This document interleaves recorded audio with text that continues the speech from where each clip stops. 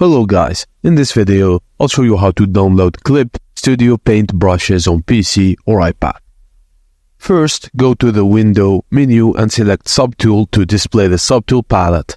Click on the Add Subtool button at the bottom of the palette. If this button is not visible, ensure you're using the latest version of Clip Studio Paint.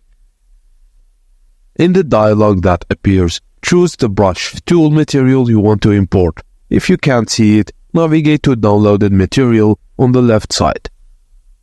After selecting the desired subtool, click Add Palette to include it in your collection.